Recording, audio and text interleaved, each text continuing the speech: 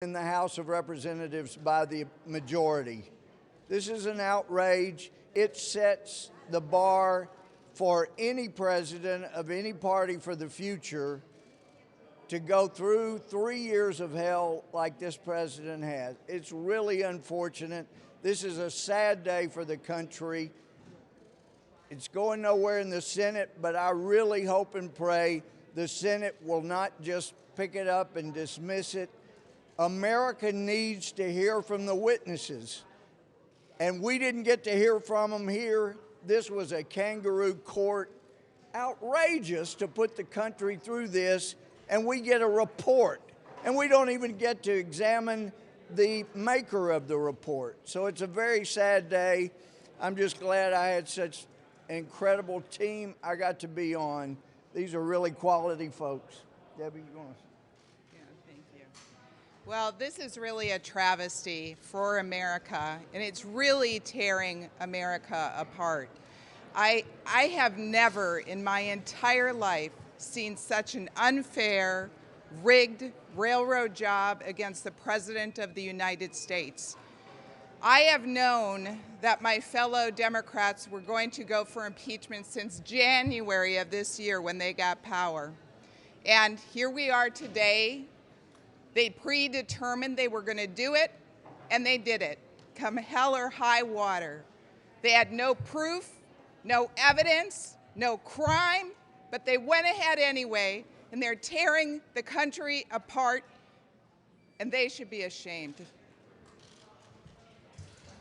The founding fathers, the founders of this country, warned against single-party impeachments, and they had a very specific reason for warning us against that. They said that it would be bitterly divisive, perhaps irreparably divisive for the country, and that's what's happened now. This is the first time in the history of this nation, in 243 years, that a president has been treated in this manner, when one party has followed and pursued a predetermined political outcome to get to that end. You have to remember that before the famous July 25th phone call between President Trump and President Zelensky that supposedly sparked all of this whole charade, 95 House Democrats had already voted to proceed with impeaching Donald Trump before any of these facts came forward. That's just not right. They determined this. They said it from the day he took his oath of office that they would remove him, and they pursued that end. So this is what we're left with. 14 hours yesterday and a few moments this morning, this anticlimactic end to this whole charade was fitting and appropriate. There wasn't much there, and that's what happened here. I think the American people are going to militate against this. I think the polling shows that they've been very frustrated. They see what's happened here. They see the lack of evidence. They see this paper-thin impeachment proceeding, what ultimately developed of it, that there's nothing behind it. I think we showed that very clearly, and I think there's going to be a huge political price paid by the Democrats at the polls next year. And what we're ultimately concerned about, beyond the price that's paid in this short-term period, is what this is going to do to our republic going forward. The founders were right. They have divided the country even further, and I think that it's going to be very difficult for us in this institution to put this genie back in the bottle, and that's ultimately what we're all so concerned about.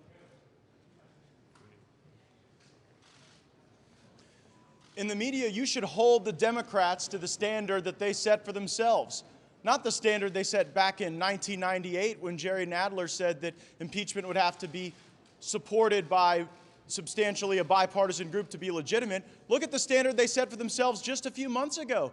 Democrats said that the evidence would have to be overwhelming, and yet in hearing after hearing, the evidence they presented was either hearsay, speculation and conjecture, or the result of a policy disagreement about how to treat the Ukraine. Democrats promised that after public hearings, there would be some newfound animated public support for impeachment. The reality is they failed to meet their burden. And so now, with no bipartisanship, matter of fact, the only bipartisan vote will be a bipartisan vote against impeachment. With no direct evidence, with no enhanced public support for impeachment, Democrats will continue to visit the opportunity costs for this division on our country. As Republicans, we would like to work on infrastructure, on asylum reform, on policy changes that will actually impact the quality of life for our constituents. But for Democrats, impeachment is their drug, it is their obsession, it is their total focus, and it is deeply disappointing that they failed to meet the standard that they set for themselves. Questions? Yeah, Congressman, do you guys worry about the precedent that this sets on obstruction of Congress? The fact that this administration did not comply, did not cooperate at any point with this investigation, which has not happened. No, the administration has cooperated with fair and reasonable oversight. But when Democrats made clear that this was not about oversight, it was about impeachment, it was about an illegitimate process, then I think that reasonably informed the administration's position on whether or not to validate this absurd process.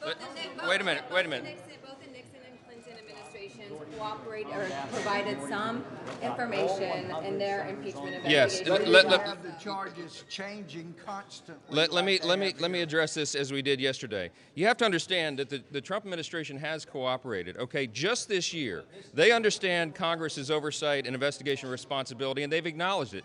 25 members of the administration have testified before oversight. 20 have testified before the Judiciary Committee. When the impeachment proceeding began, over 100,000 pages were submitted by the White House to Congress pursuant to our request. And, of course, he immediately released the transcript, the famous transcript of the phone call. The president has not been obstructing this at all. What he's worried about is the process, is this unprecedented charade that's gone on. Adam Schiff controlling this in the basement, having secret hearings, cherry-picking witnesses, denying Republican questions, not allowing Republican witnesses to come forward. There's been no chance for the President's counsel to participate in the early stages of this. This whole thing was rigged. I'm an attorney. Many of us are.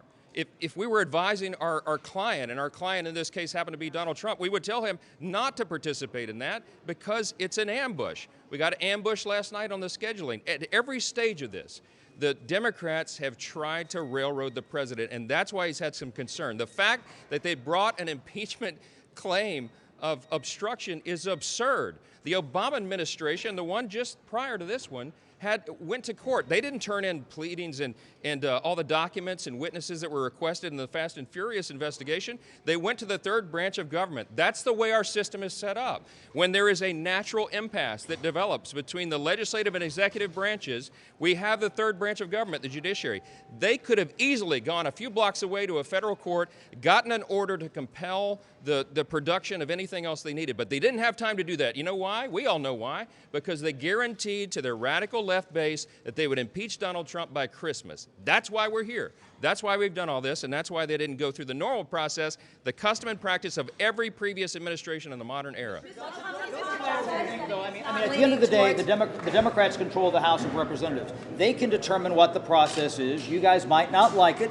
There are politics in this. There were politics in 1999 with President Clinton.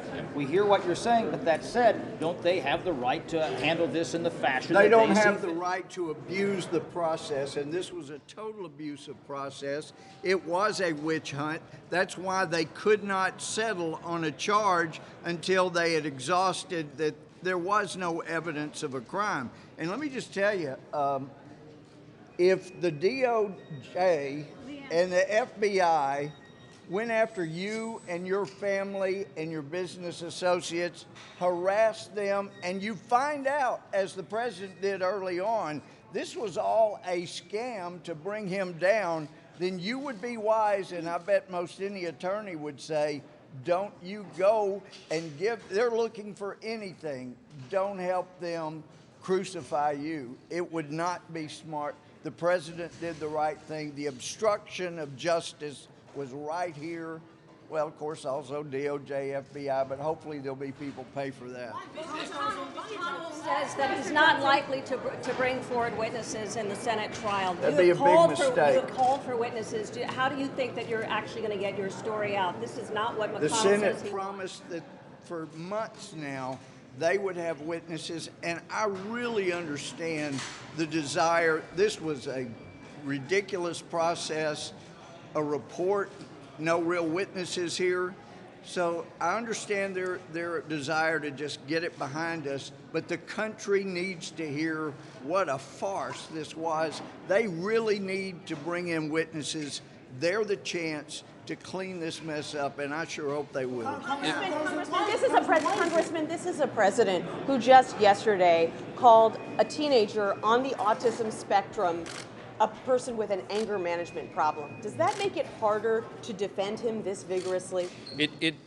The president communicates in a unique way. He doesn't communicate the way I do and the way many of us would. But wait a minute, let me answer. 63 million Americans voted to make him the president of the United States. He has an unorthodox style, but what we're talking about in here is removing a president because the Democrats don't like that style. They don't like him. They don't like his Twitter account. They don't like many of his staff members. They don't like what he does in the office, but the way our system is designed, the way our Constitution is written, is the party in charge. Even if you have the majority in Congress, you don't get to remove a president because you don't like him. They did not produce a scintilla of evidence to support a charge of impeachment, and that is the question at the end of the day. That's why we're so frustrated.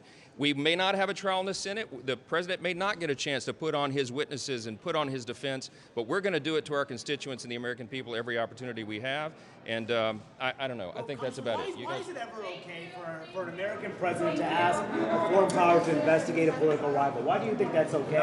He didn't do that. He did ask Zelensky. He did not do that. Yes. He asked President Zelensky to investigate Joe Biden and his son Hunter Biden. Why is it okay? That was because I think logically, more likely than the Democrat story, is because he wanted to vet out the corruption. He had seen the video of Joe Biden bragging about how he was going to withhold $1 billion from Ukraine if they didn't fire the prosecutor, the same prosecutor that had been investigating Burisma, the corrupt company where his son was getting paid to be on the board. That's corruption. That had corruption, plain and simple, according to an Obama administration person on a similar case who said that is corruption, plain and simple. And I think it's the responsibility of the President of the United States, before he hands over taxpayer dollars to investigate corruption, and I believe part of that corruption was with the Bidens. He never mentioned corruption at all on that phone Do call. you want witnesses at the Senate trial to agree with that? I would.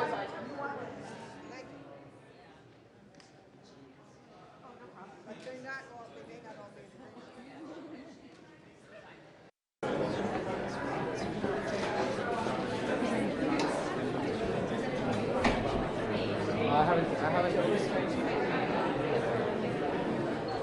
Snapper. We're just waiting for him. Hey guys, if you're going to do a video, do me a favor. Everybody needs to go back and sort of behind the stanchion. That's what we'll try for.